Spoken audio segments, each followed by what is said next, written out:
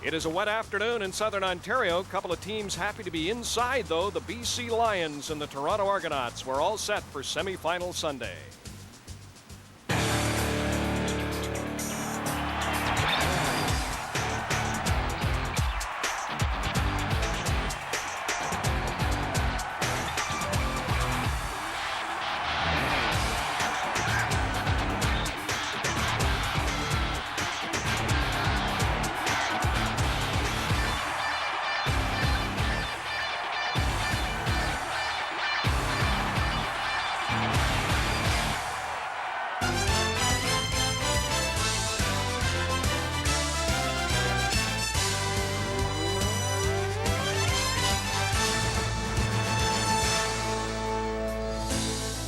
For the second year in a row, the Toronto Argonauts are hosting a Western team in the Eastern semifinal.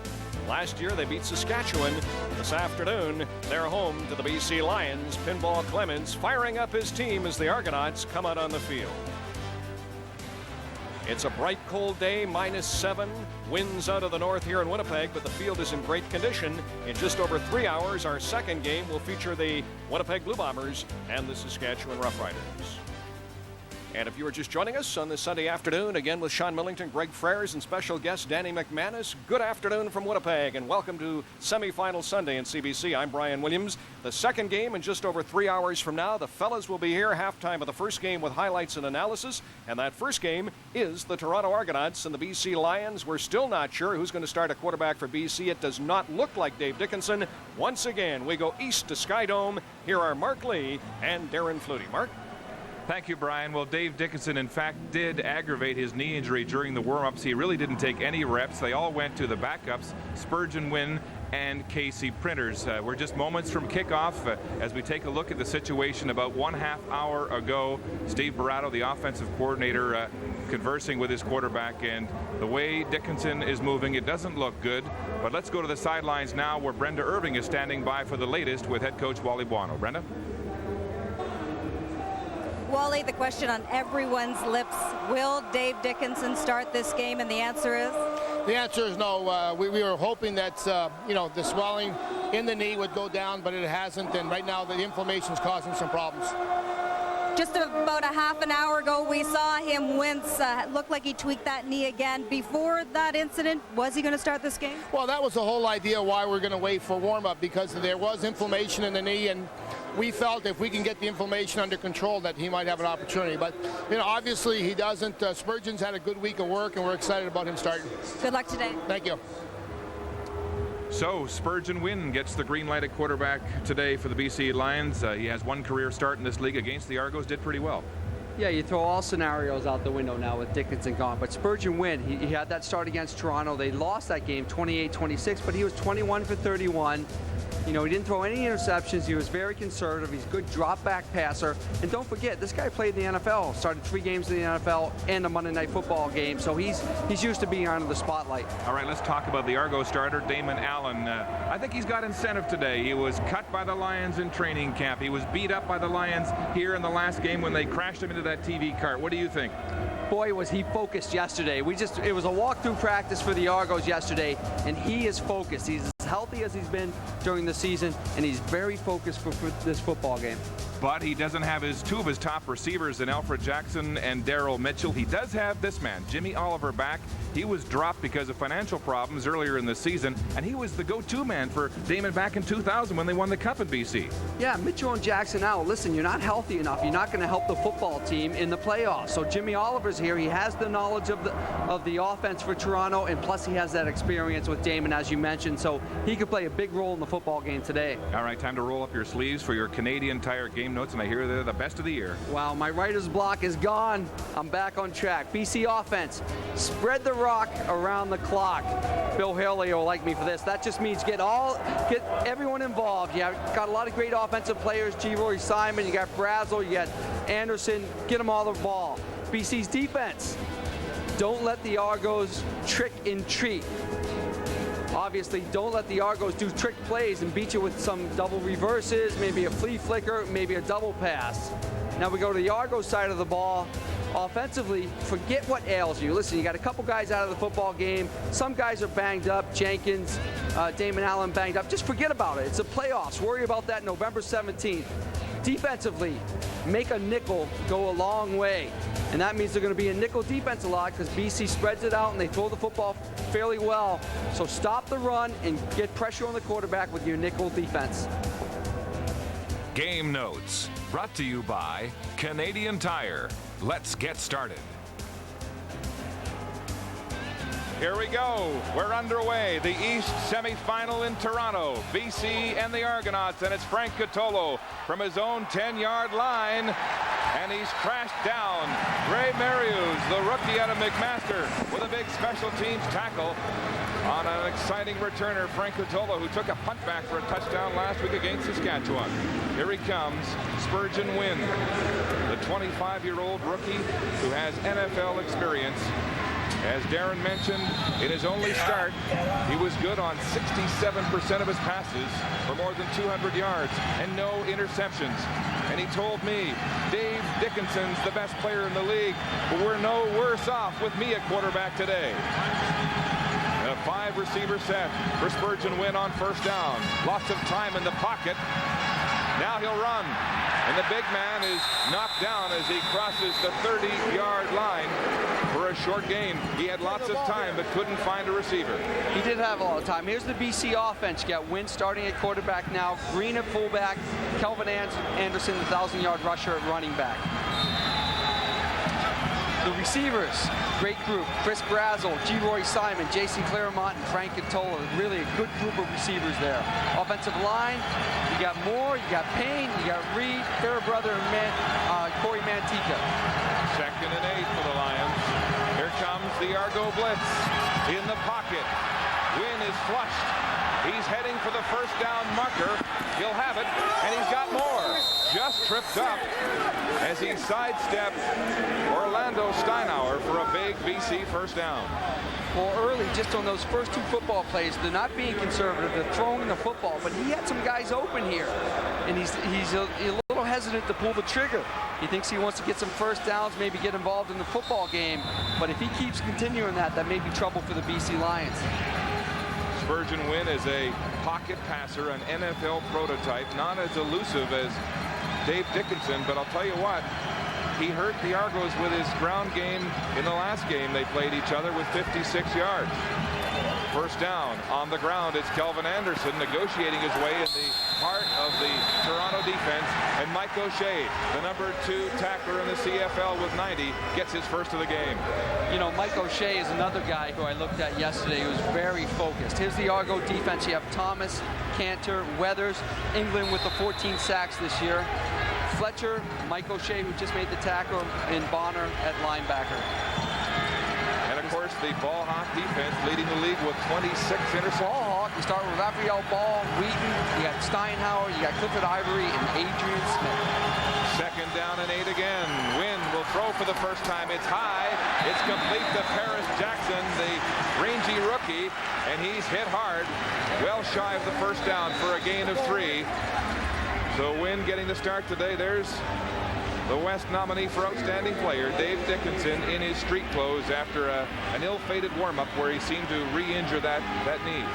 I guess that'll tell you right there. He has no chance of playing today, but Spurgeon Wynn a little conservative.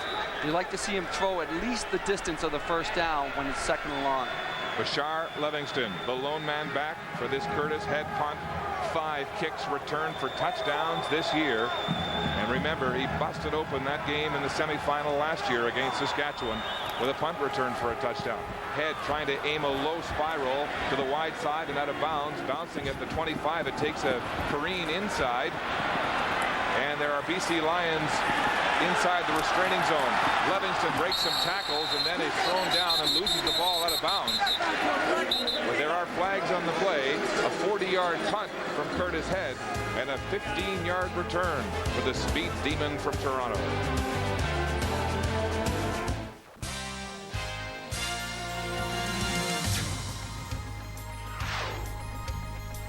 The CFL on CBC, brought to you by General Motors and all its divisions. Visit us at gmcanada.com.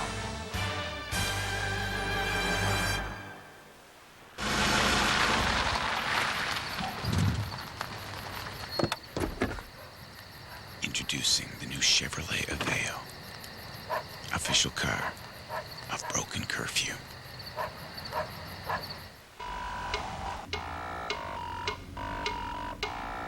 Introducing the new Chevrolet Aveo. The official car of Frosh Week. All was quiet in the gene pool that day when the no contract cell met the no phone card cell and his friend, the better rate cell. Little did they know that something strange and wonderful would occur as they came together to create something totally astonishing, totally groundbreaking, a totally new species of wireless. Total Phone. No contracts, no phone cards, better rates, color screen. Only from Rogers AT&T.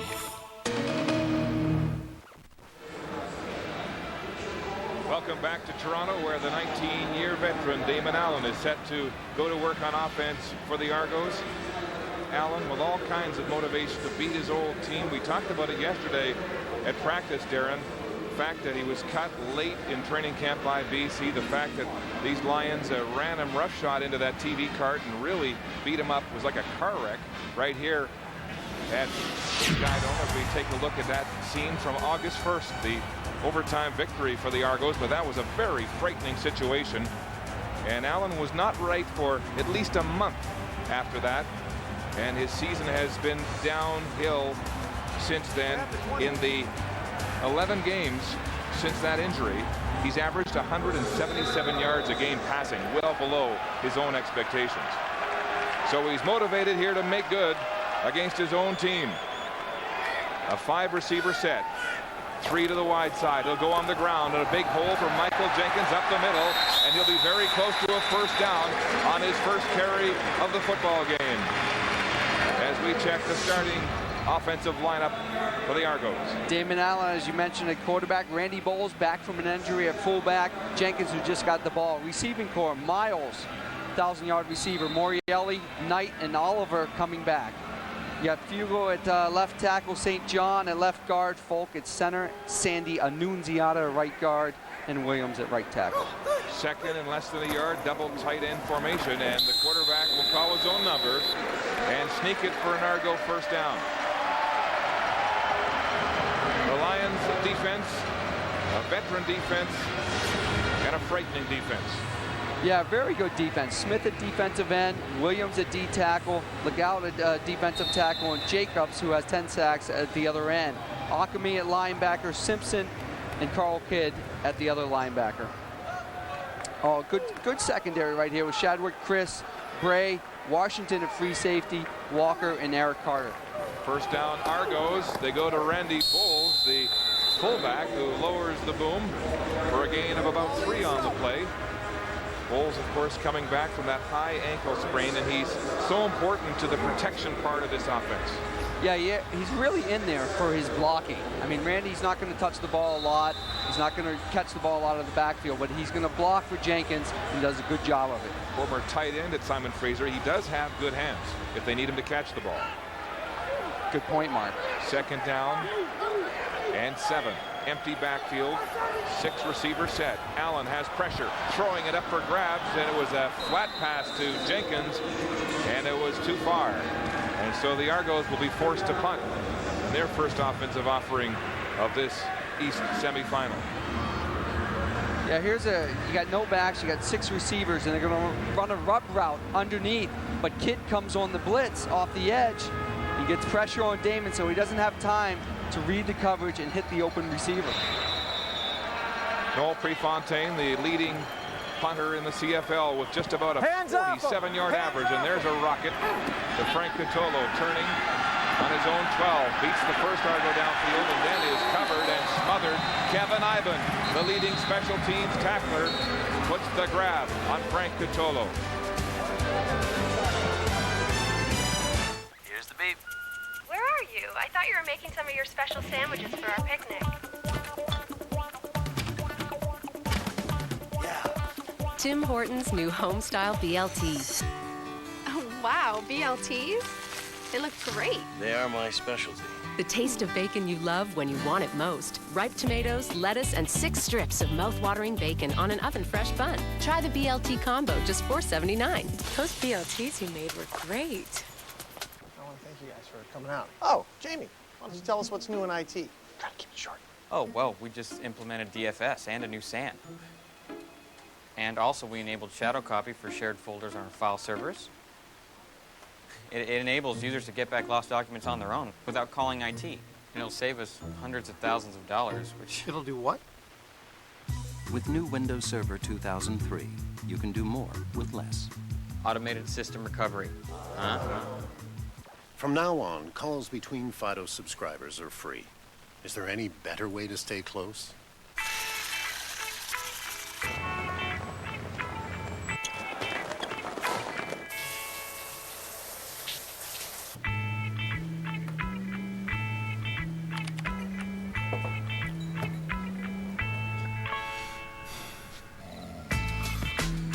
The new Fido to Fido package. Regrettably, only from Fido. There's Kevin Ivan, the third-year man out of Bucknell and the CFL's leading special teams tackler. Yeah, there's Kevin right there. And listen, if I'm the BC Lions, I'm putting more than one guy on him to cover kicks. I mean, he leads the league in tackles with 33, goes by one guy right there, makes the tackle. I mean, that's too easy for him.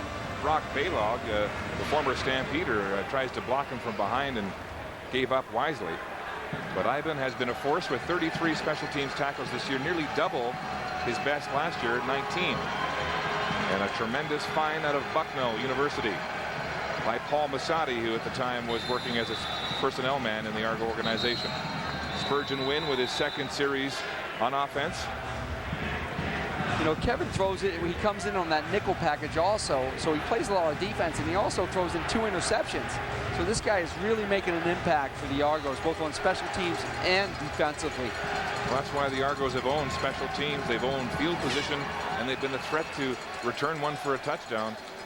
5 this year by Bashar Livingston and 2 by Tony Miles. 7-1 special teams touchdowns, Argos BC. Yeah, and in those 7 returns out of those games, the Argos are 5-2, which for a 99 football team, that's pretty darn good.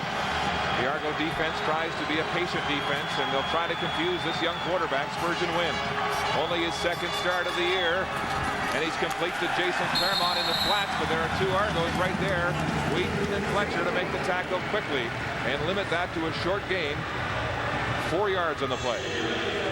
Yeah, they're just running a quick out by Jason here, and it's covered really well.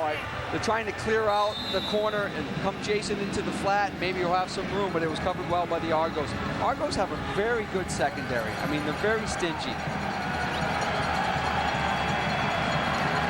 Second down, 6 yards to go. BC.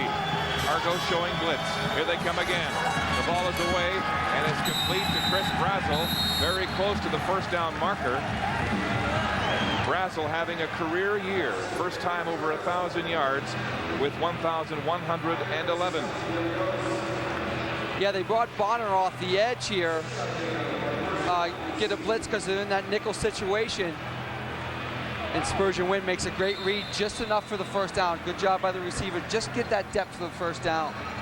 These are high percentage, high confidence building passes for a young quarterback early in the game. And that makes perfect sense. You know, get some completions. Even if you don't get first downs, it gives you confidence that you can complete the football. In the shotgun, handoff, Kelvin Anderson, elusively sliding right through the middle of that Argo defense. And he'll be within a yard of a first down, a gain of 9 for Kelvin Anderson, who, as we mentioned off the top of the show, Pinball thinks might be the key to this game for BC. Yeah, BC really thought they could run the football against the Argos, and we'll see early if they really try to get Kelvin Anderson involved, and that's a 10-yard pickup right there, almost 10, 9.5. Cut by the Argos in training, or rather the Stampeders in training camp. Picked up quickly by Wally Buono as Spurgeon Wynn on second and short sneaks it up the gut. And he just needed about a foot, and they'll move the sticks for a first down, BC Lions. Spurgeon Wynn, you mentioned some of his NFL pedigree. He set a Minnesota Vikings record for attempts and completions by a Vikings quarterback in his first career game. That was 24 of 39 for a touchdown against the Green Bay Packers. Talk about baptism by fire. Yeah, that was the Monday Night Football game, and that's under the bright lights. So, I mean, this kid's been in pressure situations before. Quinn handing off to Anderson again. Off tackle right. And he is swarmed by a gang of Argo tacklers. Gain will be about 4 yards on the play. So just like Kahari Jones used his running backs 1 week ago to try to establish some momentum, Wynn is doing that here today. Yeah, you might not have seen this offensive scheme if Dave Dickinson had started, but with Spurgeon Wynn in there, why not? Start out conservative. Get Kelvin Anderson the football, throw short passes. It gets everyone involved in the football game, and it relaxes everyone. Dickinson, an uncomfortable spectator, now taking to the bench on the BC sideline. Here's the blitz. It's nearly intercepted. Michael Fletcher had the ball in his hands, and there was nobody between him and the goal line. Yeah, they tried to run a run play here, and Michael Fletcher read it like a book. He jumped it, so he switched off his responsibility, who he had, and he jumped Kelvin Anderson coming out of the flat. Almost a big play early in this football game for the Argo defense. Oh, a dangerous pass, too, inside your 30-yard line, your 35, in the flats. And when it's late, it can be deadly. Michael Fletcher, who had 1 interception this year, nearly a big one right there. Curtis had the punt, an average of 39 yards this year. Again, a line drive spiral aimed to the sideline away from Livingston. He'll take it and step out of bounds at the 30-yard line. A 41-yard punt and no return for Toronto. Europe, 1944. Rocks, trees, and rivers. When a bridge was needed, they were the ones who made it.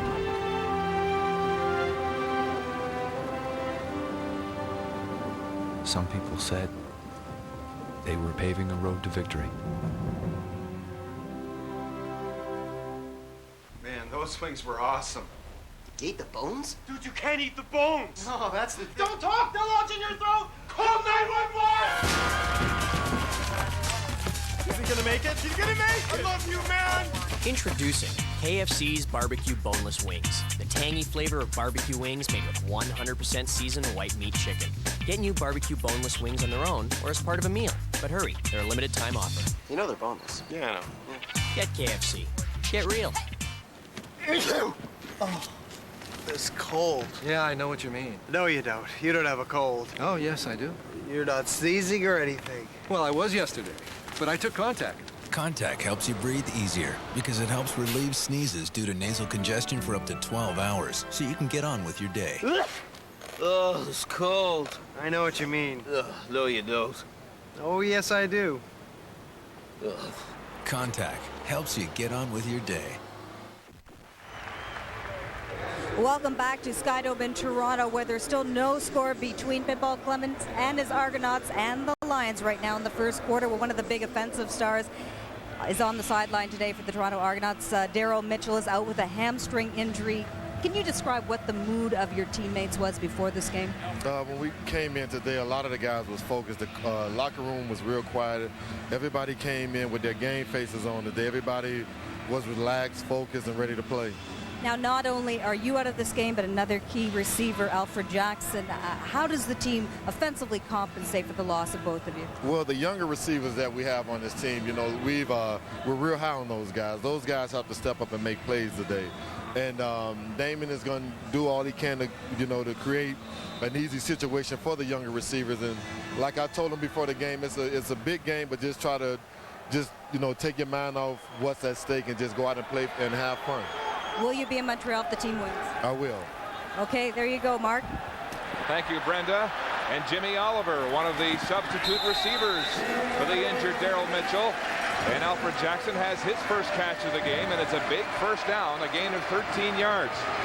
Jimmy Oliver playing in only 2 games this year and then being dropped because of the budget cuts. Well, this is nice for Jimmy to get this as his first catch because they're in zone coverage, and Eric has to respect the deep route behind him. And Jimmy just goes down a 5-yard route, catches it, picks up the first down. Jimmy Oliver, a 1,000-yard receiver last year with Ottawa and a prized free agent signing for Toronto this year. And he was injured at a training camp as Jenkins is strung out on his first carry for a loss of 4 on the play. Jason Bray making the tackle. But getting back to Jimmy Oliver, he was pretty bitter being dropped by the Argos when Sherwood Schwartz lost the team because he wasn't paying bills, and the CFL started cutting costs and said the Argos couldn't keep him around. And he said he only came back because of his relationship with Pinball Clemens. Yeah, that's a tough situation. They just didn't have the money to keep him around. 2nd and 14, a blitz. Allen rolling the pocket, looking for a man downfield, and just throws it out of bounds. Good coverage by the BC secondary, as Allen had 7 or 8 steamboats to make up his mind rolling to the wide side. And so this Argo offense continues to stumble. Yeah, he had a lot of time to throw the football. He had the back in the flat, and Morreale supposed to run an out on that, and the outside receiver had to go. Morreale stopped on his route, gave Damon no option to throw the football, so he just threw it out of bounds and punted it away. Frank Catola took it back 81 yards against Saskatchewan last week in the final game of the season. A 26-23 BC loss to Saskatchewan, and that's one of the reasons they're here today in the crossover. Catola at his 19-yard line beats the first man, and Ray Mariuz again. The rookie from McMaster with his 2nd special teams tackle. Last check. Bill, fish and chips. Yep. Jimmy, monster dog with the works. Lonnie, double decker with bacon. Paul's got a fresh-made Black Forest ham sandwich, tangy slice of Swiss cheese, tomato and crisp lettuce on an oven-fresh country bun, and a bowl of steaming hot chicken noodle soup. Tim Hortons Homestyle Lunch. Wholesome, delicious. Like our Black Forest ham and Swiss sandwich. You never dreamed lunch could taste this good. Can I change my order? Yeah, me too. A tentative start here in the Eastern semifinal. No score. BC and Toronto on the ground. Kelvin Anderson with a gaping hole, and he'll be very near a first down at his own 35-yard line. Yeah, it's a nice job because they bring G-Roy Simon around, kind of faking the reverse, and it holds the defense, keeps them honest. And the offensive line does a good job of creating a hole for Kelvin, and he picks up 9 yards. So Anderson has been consistently strong on the ground. A 9-yard pickup, 2nd and 1. Spurgeon Wynn outside his tackle, and he'll have the BC first down. He's a big man at 6'3", 220, and he looks like he might be slightly injured on that play, an awkward-looking play. Look to his bench. Yeah, you see if he gets a knee or something. He almost gets a knee in the ribs from Antonio Bonner right there, but he has that big flak jacket on, so you think he'd be protected.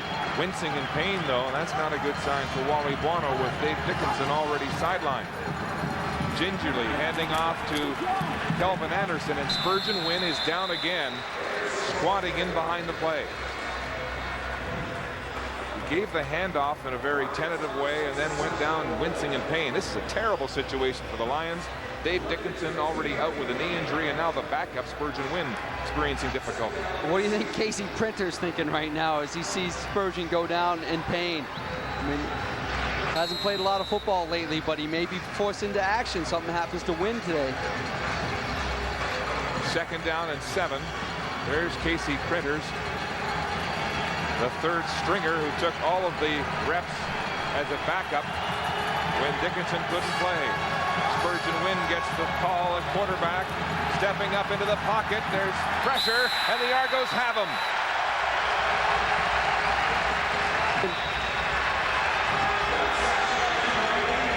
Spurgeon Wynn dropped to the turf, and it's a punt situation. Kevin Ivan continues to figure prominently in this game, and Wynn limps to the bench. There he is right there, Kevin Ivan. And this is what they do in nickel. They like to bring these guys off the edge to get pressure, and the back's late getting out there, making Spurgeon step up, and then they get the sack. They're very effective with those guys off the edge, Kevin Ivan and Bonner. Curtis Head to punt. A high spiral out of bounds, and so Curtis Head is being booed soundly here by the Skydome crowd as they take Levingston out of the game, a 36-yarder, and there's a tough situation for the Lions as Spurgeon Wynn is in a lot of pain, it appears, and down at the BC bench. It may be a hip pointer, and Darren, you know those are very, very painful if it is. Casey Printers now, the third-string quarterback, warming up for the BC Lions. Well, as you mentioned, it's just a nightmare for the BC Lions. Losing Dickinson, then losing your backup who you have a lot of confidence in, going to your third-string quarterback. But Dave did say yesterday, he says, listen, Spurgeon can play, but Casey Printers can also play. He's a pretty good quarterback. He just hasn't had the time to get out there and get the experience. He's completed one pass this year, Casey Printers. He's only thrown 2. Well, he's 50%, not bad. There you go, that's the bright side. Damon Allen at quarterback for the Argos. On the ground to Jenkins. Jenkins trying to shuffle his way through a mass of humanity, and it's a short game. Spurgeon Wynn now being helped to his feet by Bill Rochelle, the trainer for the Lions, and so there's some concern on that BC bench right now. Wally Buono losing his starter, Dave Dickinson, this week to a freak injury, and now Spurgeon Wynn in the first quarter going down on what looked like a knee by Bonner to the ribs right there. Yeah, just below the ribs, right on the hip. You got it right on the top of the hip, and as you said, that's a very painful injury. 2nd down and 8. Here comes the BC blitz. It's complete to Morreale. He puts his head down and pays a price. Jason Bray in there with a big lick, and it'll be close to a first down. Just shy of the 50. The Argos are moving the sticks. First down, Toronto. Yeah, BC brings a little pressure off the edge. All Mike Morreale did is go down about 5-6 yards and turn around, and boom, the ball was there in a hurry.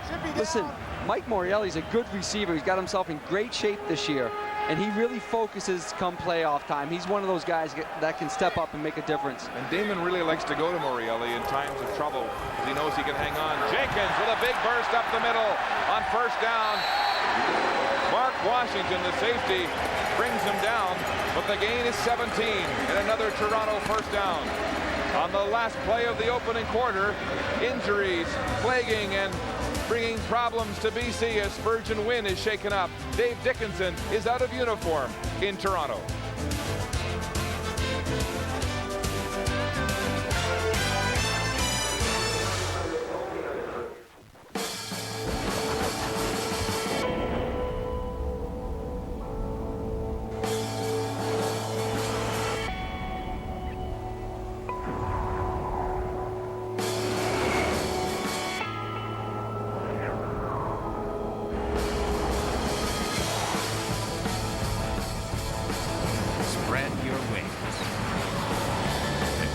SRX Performance Utility.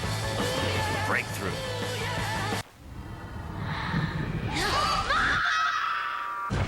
Lily, did you see who took your sister? You were... On November 26th, my granddaughter was stolen 2 days ago. Their only choice... Can you track him? Yeah. ...will be to risk everything. The man who did this is a witch. You're scaring her. She needs to be scared, and so do you. From director Ron Howard. Hold your hand right now!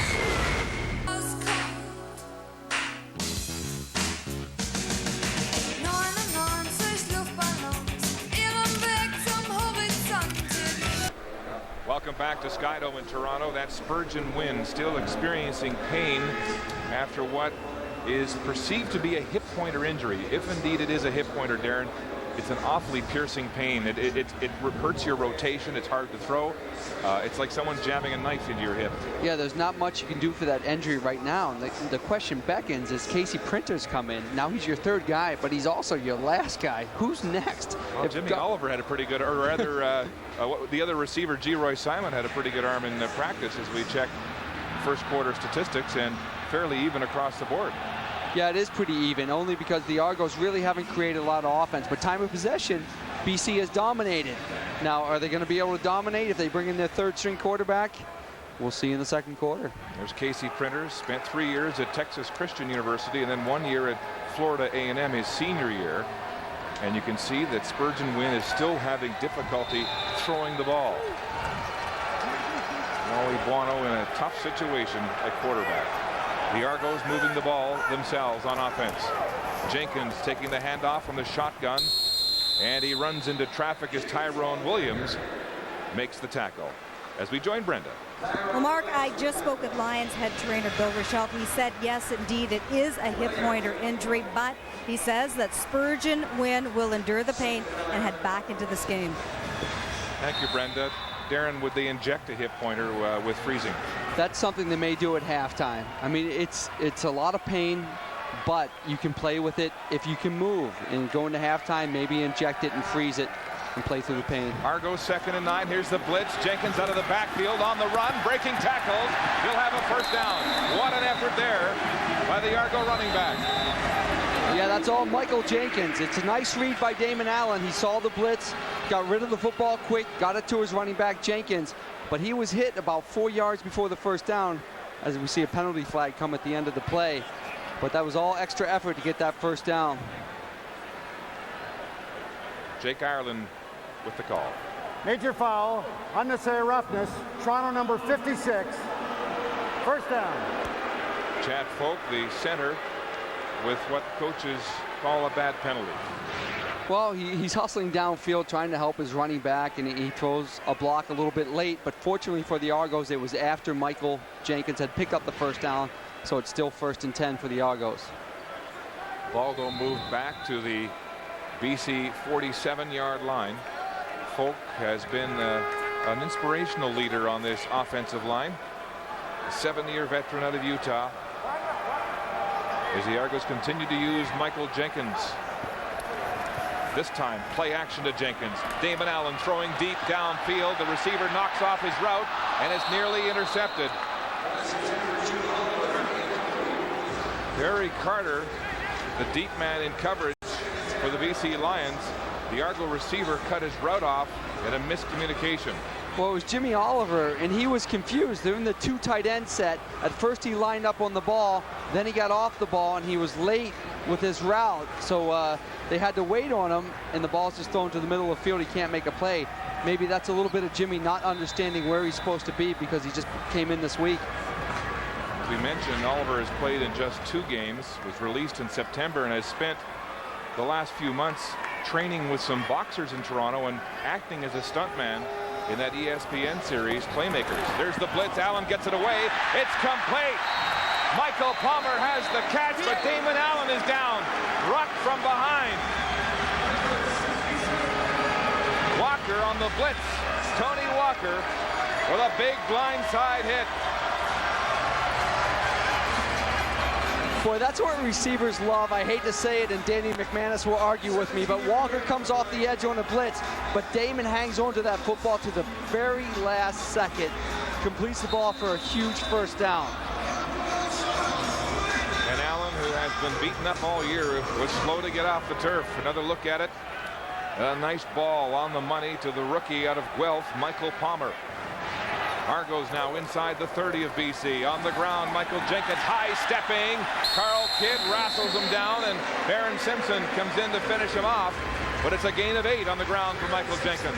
Yeah, give a lot of credit to the Argo offensive line. They're opening holes for Jenkins, and Jenkins looks very motivated today to play some football. There's nice blocks right there. That's a nice hole to run through.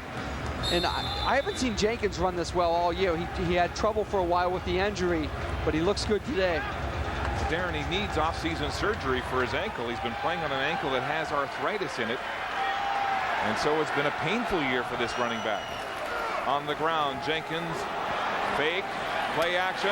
Tony Miles, and a big catch, and he's out of bounds with a first down. Damon Allen now, after establishing the run, holding the BC defense with play fakes. Well, that is what you want to do. You want to run the ball a little bit, and then when they try to play the run, you do play fake, roll out. Damon's good on the move. Tony ran a good route, and down to the 6-yard line, and the Argo offense is looking pretty good right now. Tony Miles, the leading receiver this year for the Argos, 1,005 yards, the only 1,000-yard receiver. And the Argos are threatening here First and goal from the 7. Double tight end formation. They go back to Jenkins, but there's no place to go as the Lions jam it up. Ray Jacobs leading the gang tackling there. We've seen the Argos run a lot of double tight ends, and instantly when you see the 2 tight ends, you think running the football.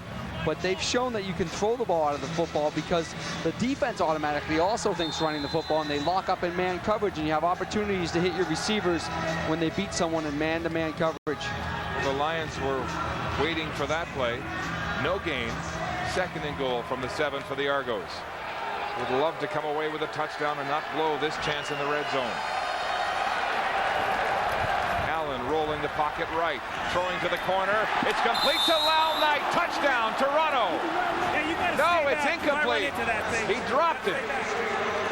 Oh, what a golden opportunity. Wow, it's a beautifully called play. It's a little rub play right now. Lyle Knight rubs off of Tony Miles. You see the 2 DBs run into each other, wide open. Wow, you got to make that play. It's the playoffs. You got to catch that football. That would have been huge for Toronto.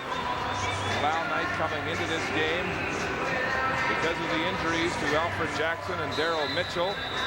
And Damon Allen slumps to the bench after a perfect touchdown pass is in and out of the arms of the Argo receiver. And so Noel Prefontaine will attempt this field goal from just inside the 15-yard line. Kevin Ivan stands up. It's a fake, an unorthodox fake. It's blown down. This time Lyle Knight has the catch, but the whole thing was blown down.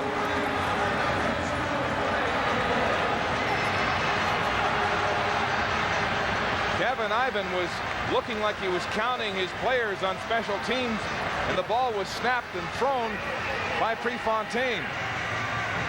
But the play was whistled dead and a flag was thrown. It may be a case of not blowing in the play yet, but we'll have to see what the referees say. I mean, if it's not blown in, you can't start the play, and then you snap the ball. Obviously, it's not a live play.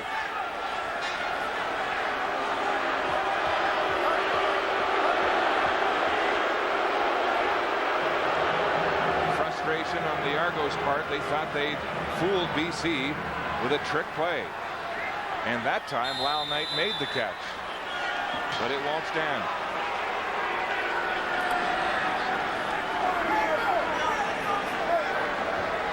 They'll try it again from the 14. Prefontaine good on 7 of 8 in the last game they played, and this time the left-footed kicker puts it through from 14 yards out. So the Argos are on the board first and frustrated in Toronto. Where do you go from tough? 56 years of tough truck. How much horsepower is enough? How many pound-feet of torque is necessary? What is the ultimate payload? It's time to rethink the problem. It's time to rethink the truck.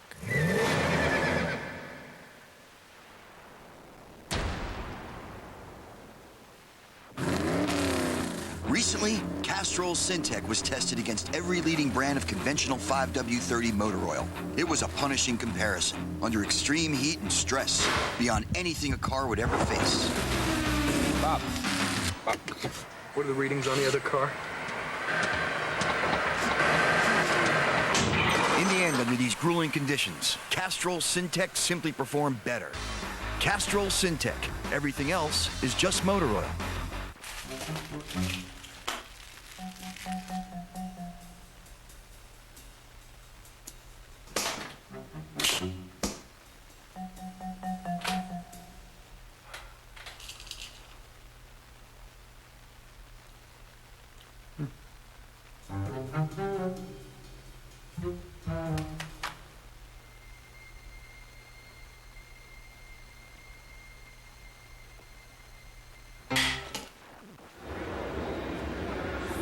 Back in Toronto, and the Argos are still steaming over what they thought was a legitimate touchdown. Yeah, Lyle Knight's right there. Now watch him start to look like he's running off the football field. Maybe the referees think they have too many men on the field and they're calling a penalty, and that's why the flag comes out, because it comes out afterwards. So when they find out that there were 12 men on the field and it shouldn't be a penalty, why don't they pick up the flag and say there was no infraction on the play? They made the call too quick. They just reacted to it. Plus the whistle blew. With the ball for BC, cutting back against the grain up the middle, and finally stood up by Chris Hardy. As we revisit that fake field goal again, 24-yard return by Geroy Simon. Yeah, you'll see Lau Knight run across the formation. Maybe they think there's two, because the penalty comes right there. Or if there's a flag that goes, I saw the flag come and also the whistle. So they can't take it back, because once, even if they see 12 people, once the whistle blows, the play's dead. So what they say is the play's dead. Casey Printers, the third-string quarterback, now in the lineup for the Lions. The Spurgeon Wynn injured. Printer complete to Claremont with authority on his first play of the game. And Claremont will have a gain of 9 yards on the play. Casey Printers, 3 years at TCU, 1 year at Florida A&M, and was the freshman of the year by the Dallas Morning News as we join Brenda. Well, Mark, I just spoke once again with the head trainer of the Lions, Bill Rochelle. He says that Spurgeon Wynn has gone into the locker room for some pain relief, but he will be back for the next series. Printers on the second and short situation, and Mike Fletcher nails the third stringer as he tried to skirt around the tackle, and he's having some words saying that, give me your best shot. Looks like they stopped him short on this one on a second and less than 1. So now they got a decision at third and about 3/4 of a yard.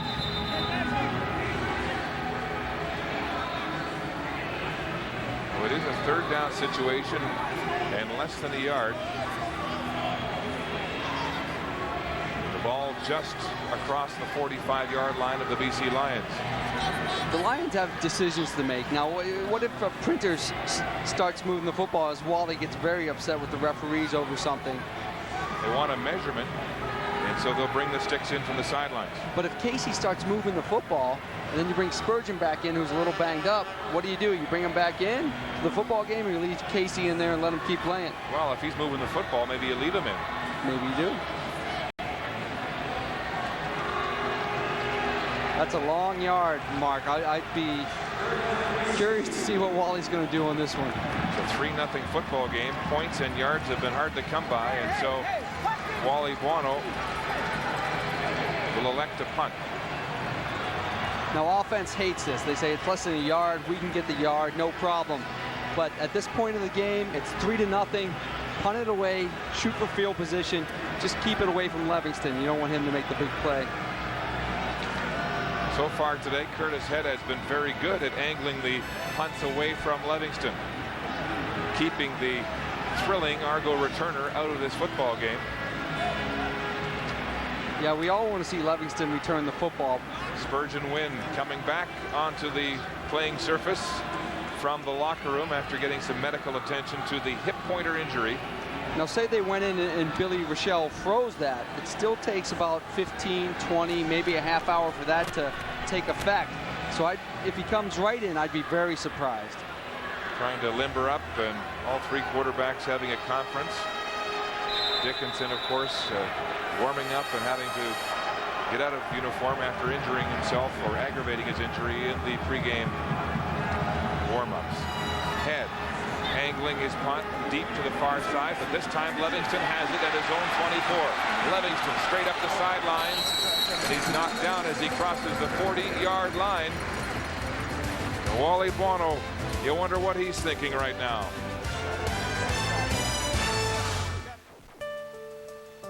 We can ride some untouched powder. It can be just the two of us. I can show my family they're welcome here. We can just chill. We can be on top of the world. We can do anything here in Canada. Is this a special occasion? Oh, hey, see, hon, they even have a maitre d'. It's our anniversary, and I'm treating the missus to a fancy steak dinner. Oh, a new steak burger. It's a fine choice. It's a juicy 5-ounce steak patty accompanied by succulent bacon and a barbecue sauce demi-glaze. Oh, bon appetit. Ooh, fancy schmancy. The all-new steak burger for a limited time at A&W. Recently, Castrol Syntec was tested against every leading brand of conventional 5W30 motor oil. It was a punishing comparison, under extreme heat and stress, beyond anything a car would ever face. Bob, what are the readings on the other car? In the end, under these grueling conditions, Castrol Syntec simply performed better. Castrol Syntec. Everything else is just motor oil. 3-0 Toronto here midway in the second quarter of the East semifinal on semifinal Sunday. The CFL on CBC. A reminder coming up right after this game. We go to Winnipeg. It's Nealon Green and the Saskatchewan Roughriders in a Great Prairie rivalry against Kahari Jones and the Winnipeg Blue Bombers. The West semifinal right after the East here in Toronto. Argos back on offense. 8:32 to go until halftime, and the Argos leading offensively. Allen throwing deep down the sideline, intended for Tony Miles, and it looks like there'll be a flag on the defense. There are flags down. Eric Carter close coverage along with Shad Chris. Shadwick Chris is a very good defensive back, and Tony Miles tried to get a little stop and go, a little double move, and Damon gave the pump fake to the left side. Pass interference. BC number 21. First down. Tried to come back to Tony, but Chris had it covered well. He just bumped him a little bit, I guess.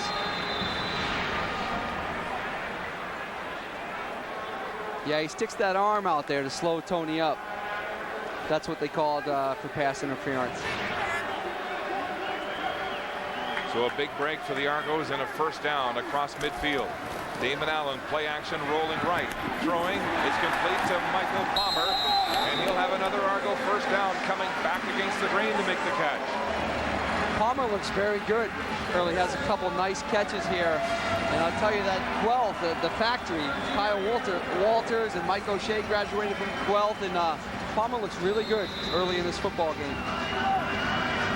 A good job of finding the hole. It's a zone coverage. Listen, don't run into coverage. Sit down. Sit right where you're open. Rookie out of Guelph with 2 big catches for first downs for Toronto early in this football game. Allen rolling left, throwing deep down the near sideline for Oliver. A battle for it with Carter, and it's incomplete. Eric Carter, one of 7 West All-Stars on this BC team, with a big play on defense. Hey, Eric's been through it all. He's been through the playoffs. As you mentioned, he's an All-Star for 7 years. He knows these games, and he knows it's time to step up. And I don't expect to pick on Eric Carter today or Chris on the other side. I think more of the slot backs will be involved in this football game for the Argos. Carter, a 34-year-old veteran, and Jimmy Oliver said, I expect to have a lot of battles with him, not physical battles, but finesse battles. He says Carter can run with anybody. Second down, 10 to go. Allen with lots of time across the middle. Tony Miles wide open, breaks a tackle, heads for the first down marker, and a flag late on the play. Yeah, the flag comes so late. It almost looks like offensive interference because it was a rub play on both sides for the Argos, and Tony finally came loose, but the penalty's called so late. If he's going to call the rub, he should have pass interference. Toronto number 18. Repeat second down. Mike Morielli running offensive pass interference, and that will negate that completion. Yeah, they're just trying rub plays to get guys open, and Mike a little aggressive on his rub, but he got him open. And I'll tell you, if Damon didn't throw the football to him and complete it for a first down, the penalty never would have been called. But then the referee saw the completion, and then he threw the penalty. Flag came down after the tackle. So perhaps your analysis is bang on. For once. The Herminator, of course, back from injury on that D-line for BC. Here's Damon Allen stepping up, wanted to go deep. Now he has to scramble. He's caught from behind. The ball is loose, but it's blown down. Carl Kidd with the sack from behind. catching up to Damon Allen. 3 sacks this year for Carl Kidd at the linebacker position. Yeah, Damon's trying the half roll left, get the defense to move left, and come back to a couple in routes from his 2 receivers on the right side, but they were covered very well. Didn't give Damon a chance to see Morreale up the left seam all alone as he was looking back to that right side. So a promising looking drive for the Argos ends in a punt from Prefontaine. Low punt. Bouncing at the 13 on the first hop. It's Catolo, and he's got no place to go. Chris Hardy down there to limit the return to 1.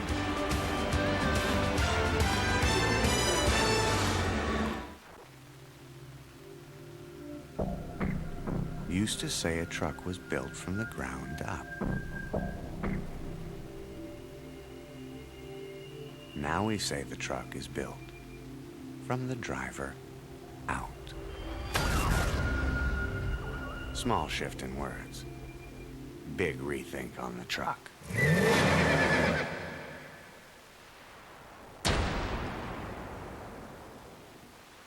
I work for Standard Life, and I have standards. Standards about how I live. Standards about how I do my job. How I will listen.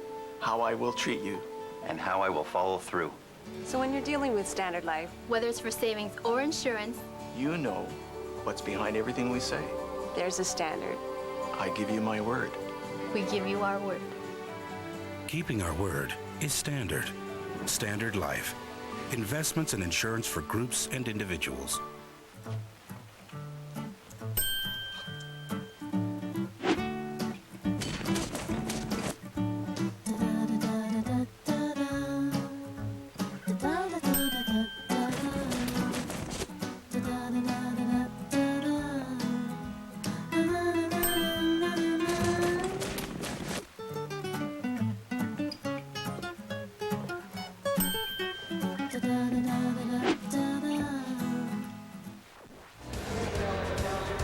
Defensive struggle in Toronto. The Argos up by a field goal over BC with 6 minutes to go in the half. A reminder coming up at halftime. Brian Williams and his panel will digest the first half of this football game and look ahead to the West semifinal as Danny McManus subs for Darren Flutie on the panel this week. Good looking panel now that Danny's in there. They got me out of there and they got the good looking guy in there. They look great. Spurgeon Wynn back into the game for BC. Suffering the hip pointer and taking a painkiller. Bad field position for the Lions. Pressure now, and Wynn will run. Heading to the sidelines, and he takes a wallop on his first play. That's maybe not what he wants to do on his first play, but he's forced into it because of the coverage by the Argos. And you just know mothers and fathers are at home with their young kids that play football, and we're talking about him going in and freezing his hip and taking painkillers, and guys are playing with their injuries. But listen, it's professional football. It's playoff time. He takes his first shot was right on the hip. Tell you what, this guy is tough. You can't be happy with that.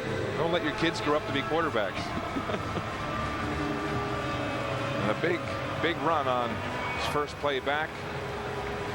10 yards and a first down for the BC Lions. Trying to dig out of bad field position. And it was Spurgeon Wynn rushing for 56 yards in his last and only start against these Toronto Argonauts on August 1st. Wally Guano hoping his backup can ignite this offense and get this team rolling. On the ground, Kelvin Anderson runs right into the Argo front 7. A gain of 3 on first down, 2nd and 7. Spurgeon Wynn is a pocket passer, likes to stay in the pocket. We've seen him run a fair bit today and pay a price for it. Yeah, you can almost see the Argo defense saying, okay, Spurgeon Wynn's banged up, Dickinson's not in there, let's focus on the run. If we're going to lose today, Spurgeon Wynn's going to have to beat us with that bad hip. So I don't expect the BC Lions to be able to run the football that well the rest of the game. Big Mike O'Shea, the heart and soul of this Argo defense, prowling again today. Ball is in the air and intercepted. Antonius Bonner then drops the ball, and it's recovered by the BC Lions. He was getting up, nobody touched him, and he dropped it. Claremont picks it up. A timely play for the BC Lions. A great interception by Bonner, reading the play. But a nice imaginative way for the BC Lions to pick up a first down. No one touches him. That's the key point. He has possession, no one touches him, and the ball comes loose, and then Jason Claremont jumps on the football. No whistle because nobody made contact taking him to the turf. No one touched him. He's trying to get up and run with the football, and the football comes loose. It's a fumble. So Spurgeon Wynn throws his first interception of the football game and gets the ball back on the fumble by Bonner. First down, BC, play action. Wynn going downfield again. Catolo's got the ball. He heads for the end zone. Touchdown. What a recovery by the rookie. Spurgeon Wynn. 64 yards to Frank Catolo and a BC touchdown.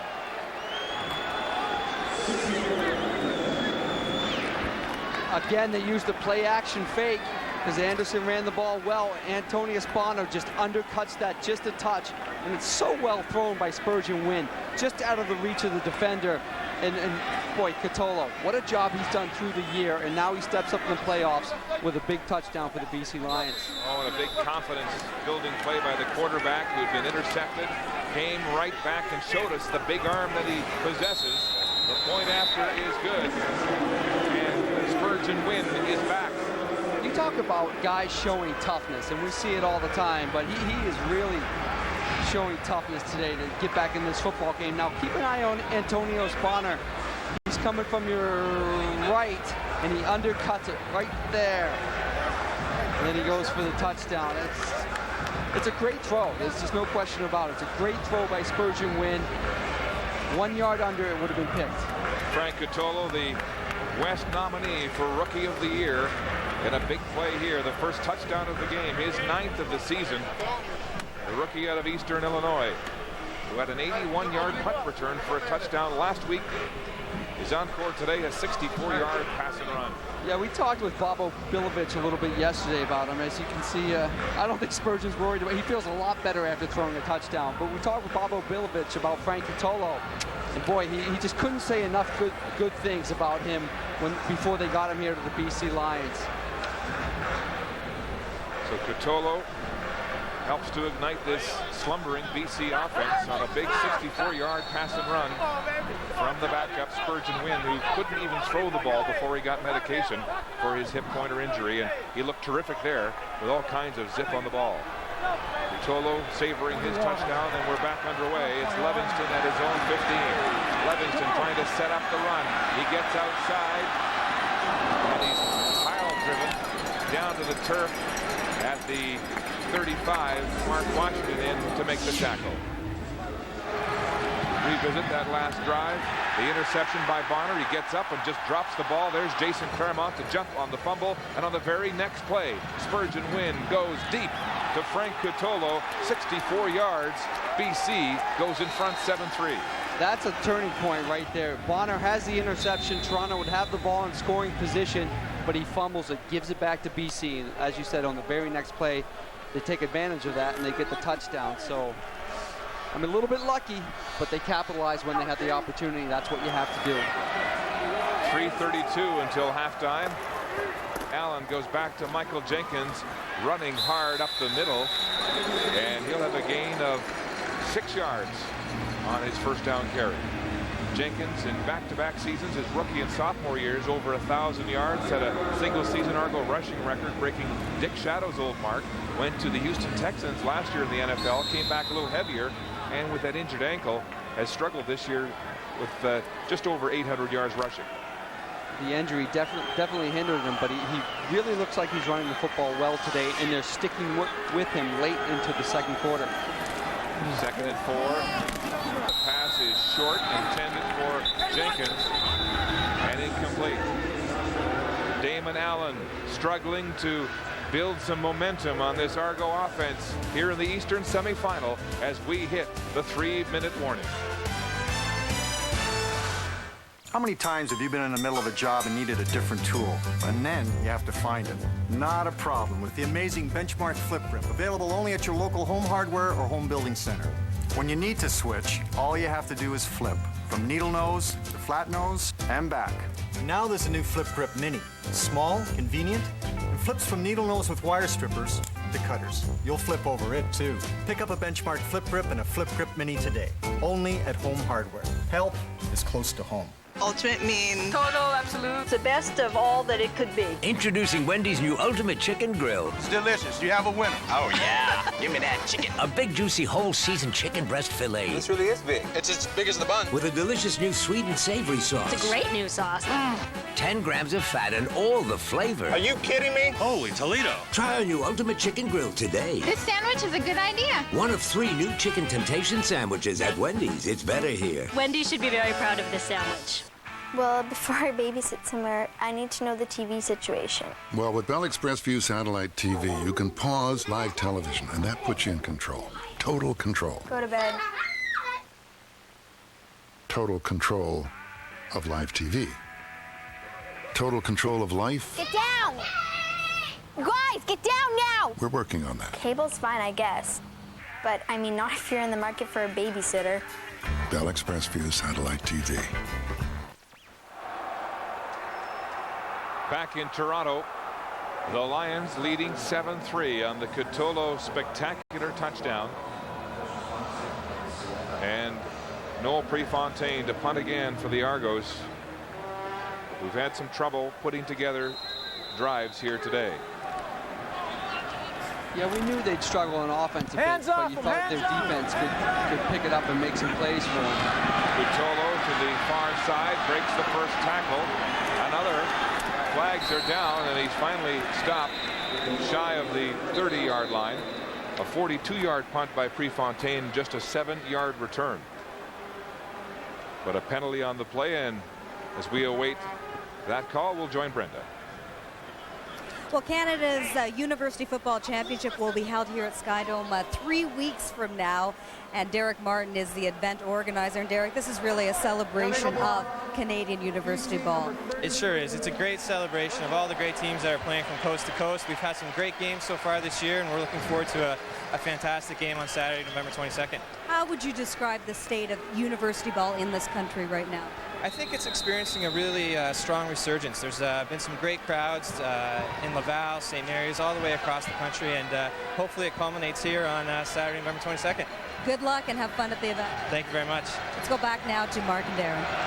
Thank you, Brenda. A penalty for an illegal block to Kelly Lochbaum has put BC in tough field position. Spurgeon Wynn with some good reads, complete to Anderson out of the backfield, and Anderson has a BC first down. Well, Spurgeon Wynn now looking relaxed, a bit more composed, and in no pain. He does look relaxed back there, and we talked pregame about Kelvin Anderson out of the backfield, and it's a perfect example. Kelvin doesn't give you a lot of moves. Listen, he catches the football. He knows to get north and south. He knows to pick up a first down, and like you said, Spurgeon looks very relaxed, and you might see a lot of that dump-off stuff. First down, Lions. 2:11 and counting to go until the half. On the ground this time, Kelvin Anderson, and he's tackled immediately by Marvin Thomas. The gain will be about 1 as Thomas came in from the end position and crashed right down on the running back. Yeah, the running game has slowed down a bit for BC because Toronto's focused on it, but yet the passing game has picked up. Head-to-head this season, BC and Toronto 1-1. Both games decided in overtime, and the 2 games decided by a total of 5 points. So both teams match up well as a 7-3 lead here late in the first half. Here comes the blitz from the edge. Spurgeon Wynn is trapped, and he'll go down. Eric England, the sack leader in the CFL, celebrating a big one here. A loss of 5. And yeah, you have Ivan and Antonio Spawner coming off the edge. And that's what they do a lot in nickel situations. They bring those guys off the edge, and they've been so effective because it's virtually impossible for a tackle to block these guys. We'll throw Noah Cantor in there for good measure on the sack as well. And so the Argos will get the ball back, and with decent field position. Timeout. Toronto. The thing what happens when you bring those guys and they bring their linemen out to try to block them, and that creates situations for the D lineman to get the sack. And Noah took advantage of that situation. He got a sack. Well, this is interesting. The Argos called a timeout last year in the Eastern semifinal, just before Bashar Livingston returned the ball 74 or 76 yards for a touchdown. Livingston back with Tony Miles. Between them, they have 7 kick return touchdowns. This could be deja vu all over again. With, maybe Yogi Berra. Maybe a punt return for a touchdown. Curtis Head standing at his 12. The Argo returners cross at their own 50. A good deep punt angled to the sideline. Livingston has it. Livingston trying to get to the other side of the field. He won't get there. Breaks a tackle from Baron Simpson and finally wrestled to the ground, but there are flags down at the 44. A 43-yard punt, just a 3-yard return, so the Argos unable to get a big return there. Yeah, Curtis Head is doing a great job of pinning the ball into the sidelines. No yards. BC number 37. First down. That'll help the Argos in terms of field position. They'll start this drive just across the center field stripe. Yeah, the no yards penalty is not a bad one to take if the ball bounces and it's of the 5-yard variety. But if it's in the air and you have no yards, that's a pretty big hit. You get 15 yards forward, and now, as you said, they're into the BC Lions territory. Damon Allen, I asked him if he was really motivated to beat his old team. He said, I won't say anything. I'll keep that to myself, but I do want to win. Yes, in a worst way. He's got a chance here to let a drive go with 1:20 until the half. Complete to Tony Miles on a line. And now the Argos are at least in field goal range. And a big first down. Nice play call in weak side. Michael Palmer comes out from slot back and picks for Tony. Tony comes in on the slant and then brings it back out to the corner and beats the deep coverage over top, and they complete a nice, about 20-yard ball. Gets them into field goal range almost. 1:10 and counting in the first half. In the shotgun, Damon Allen. It's low and behind Michael Palmer. Incomplete. Palmer was open. He's had 2 big catches today. Yeah, I'm really impressed with Michael Palmer.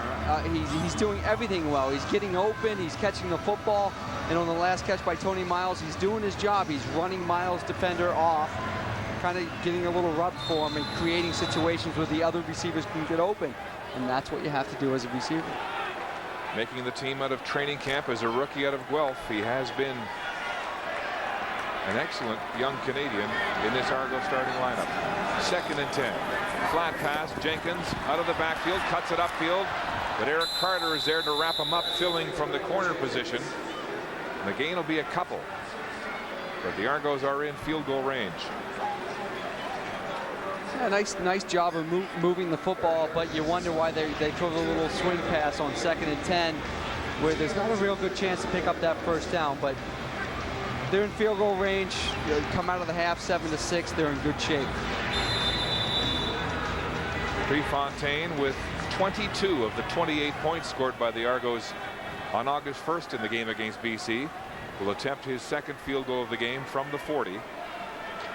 His longest this year, 49. Hits this one hard and good. So the Argos draw to within a single point on a 40-yard Prefontaine field goal. 37 seconds to the half. As we talked about at the top of the broadcast, special teams have nurtured this team throughout the season. And once again, they're relying on special team points here today.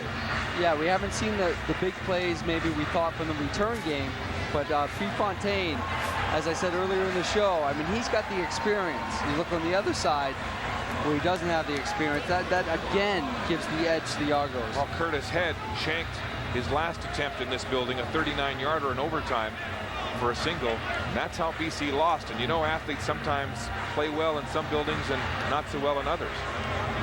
That could be the case, but you think he'd be comfortable in a dome stadium because he plays in a dome stadium back home, but maybe there's something about the turf.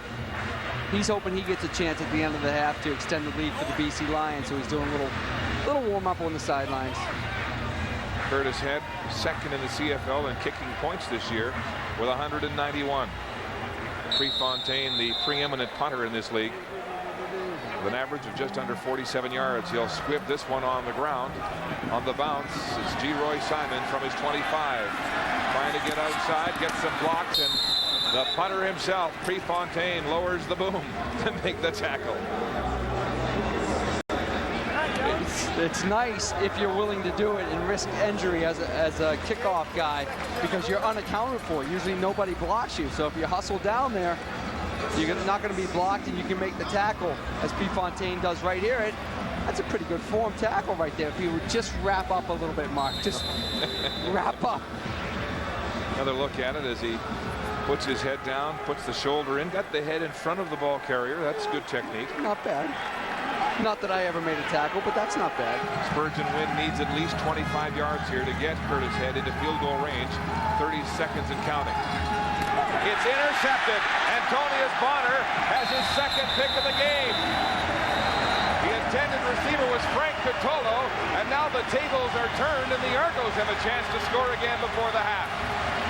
The second pick of the game by Spurgeon. Yeah, there's confusion between Spurgeon Wynn and Catolo. He thinks he's breaking in, but then he breaks back out, and he throws the ball right to Bonner. And this time, Bonner doesn't make the mistake of trying to hold on to the ball and fumble it, and he goes down, which is a good move because they're 5-10 yards from being in field goal range right now. Well, Bonner with 2 interceptions to match his season total. 2 in this first half. Now Damon Allen trying to make swift work down the sideline. Miles, a leaping catch and a big Toronto first down. Dusting himself off, the speedy wideout.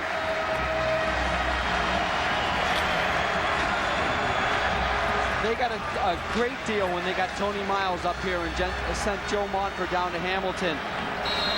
As you said, he's the 1,000-yard receiver here for the Argos, the only one that was consistent throughout the year. And he knows it's the playoffs, and he's stepping up and making football plays for him. 18 seconds to go until the half. First down, Argos at the 25. Michael Jenkins winding his way up the gut.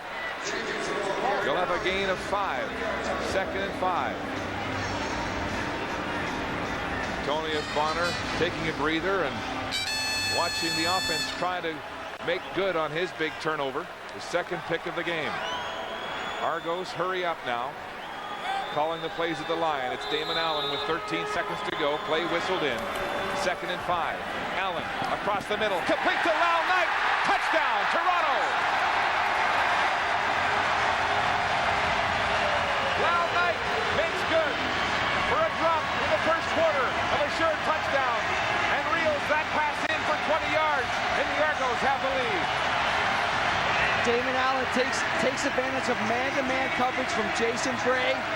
Lyle Knight makes a nice little move to the outside, cuts through the middle of the field where nobody is, and redeems himself with that early drop early in the football game. And how about Damon Allen, the veteran, stepping up and taking advantage of the turnover and turning it into 7 points.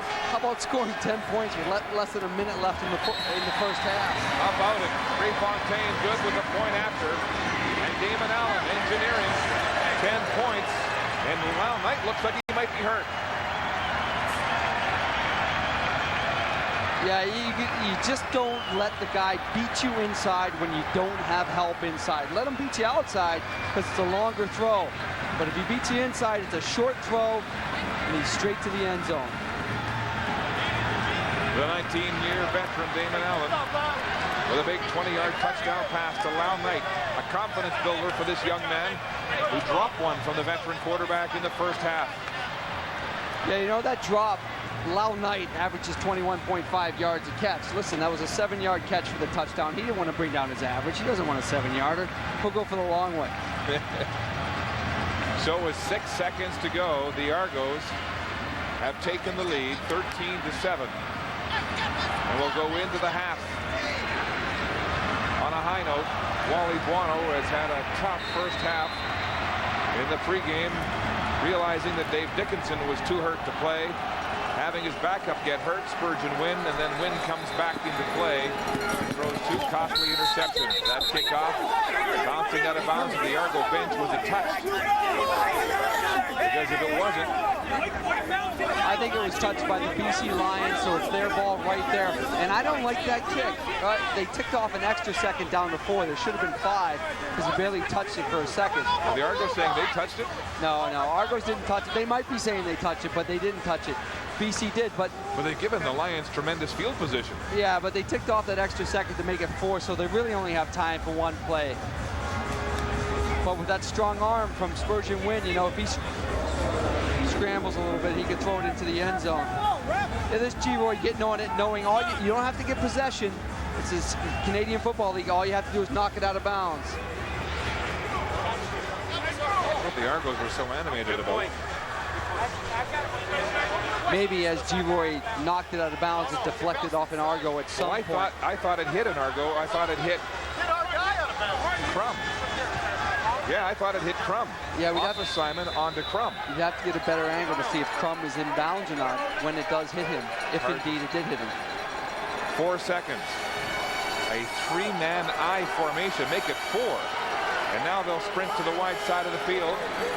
Snap, and it's kicked by Brett Anderson.